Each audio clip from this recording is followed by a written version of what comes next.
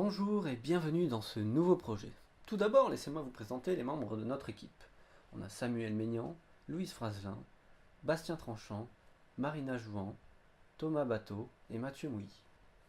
L'objet de cette présentation se porte sur le cas d'Univers Météo. L'histoire d'Univers Météo est l'histoire d'un homme, Jean-Philippe Forestier, passionné de météo depuis son enfance et qui voyait dans le ciel un monde auquel il a toujours appartenu. Univers Météo, c'est quoi? C'est un pure player d'équipements météo, comme par exemple la vente de stations météo, baromètres et jumelles. Qu'ils soient petits ou grands, chasseurs d'orage ou simples amateurs, ils ont un point commun, la passion de la météo. Passons maintenant à notre analyse de l'environnement suivant le modèle SWOT. Les opportunités. Le réchauffement climatique peut augmenter la demande grâce à l'évolution et la meilleure connaissance des personnes qui se préoccupent des impacts liés au réchauffement climatique. Les particuliers, mais aussi les collectivités locales, ce qui se traduit par une augmentation des ventes. Deuxième opportunité, par conséquence de cette menace environnementale, elle touche beaucoup de personnes, soit un gain en visibilité. Et de nombreux événements sont créés sur ce domaine. Nous pouvons donc jouer un rôle de conseil afin d'aider sur les actions à mener. Troisième opportunité, démarcher les associations. Comme InfoClimat, un grand nombre d'adhérents et membres actifs se conseillent entre eux sur le matériel à acquérir, les astuces et autres. Ce sont de hauts clients potentiels. Quatrième opportunité, le sponsoring. Les marques offrent du matériel aux influenceurs. Ceux-ci se doivent en échange leur faire de la publicité ainsi que la possibilité de sponsoriser des événements, des conférences autour du climat, soit un énorme gain en visibilité. Les menaces. En première menace, on a un faible coût d'entrée sur le marché avec une multitude de concurrents dans le secteur pour les mêmes produits, un environnement concurrentiel fort et une compétition axée sur l'attribut prix. En deuxième menace, concernant la concurrence, on distingue deux types de structures. On a les pure players et les click and mortar. Pour les pure players, on a les concurrents primaires. Donc c'est les sites e-commerce présents depuis longtemps, qui ont une forte notoriété de par leur ancienneté. Ensuite, on a les concurrents secondaires, qui sont les sites e-commerce présents depuis peu de temps et ayant un faible panel de produits, environ 3% des parts de marché. Puis on a les click and mortar, qui ont une présence physique et sur Internet. Troisième menace, on a les risques liés à la crise économique avec les équipements météorologiques qui sont des biens de loisirs. Et il s'agit du premier budget que le consommateur réduira. Les forces.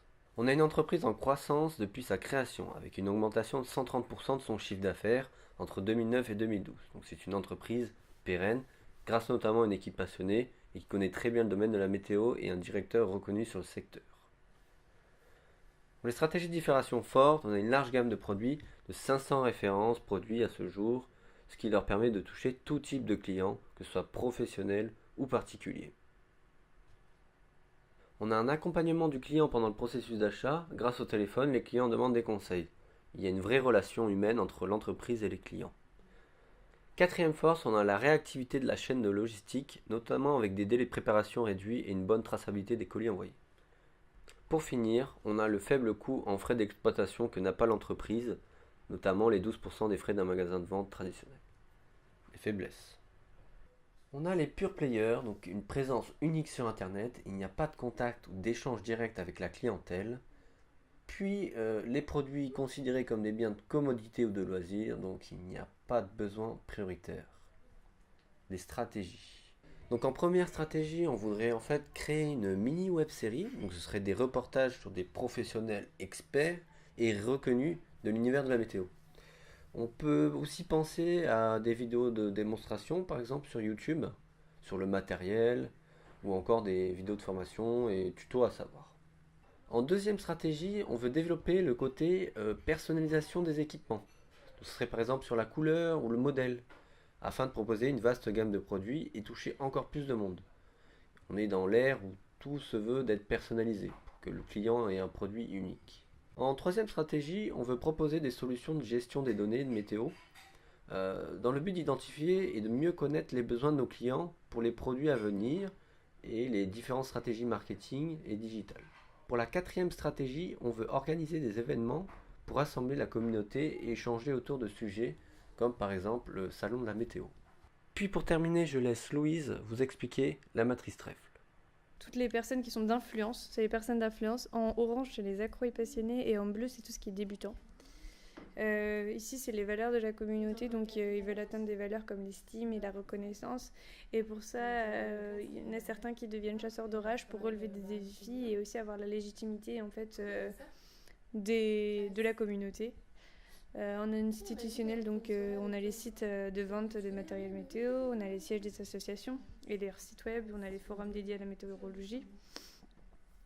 On peut aussi voir que dans le vécu, c'est d'abord la diffusion de prévisions gratuites sur les risques d'orage en France et c'est l'observation de la pluviométrie des régions, des prévisions météorologiques, etc. Et en occasionnel, ils réalisent régulièrement des rencontres annuelles, régulièrement, tous les ans, ils ont des rencontres nationales. Et Infoclimat réalise une fois par an des séminaires annuels.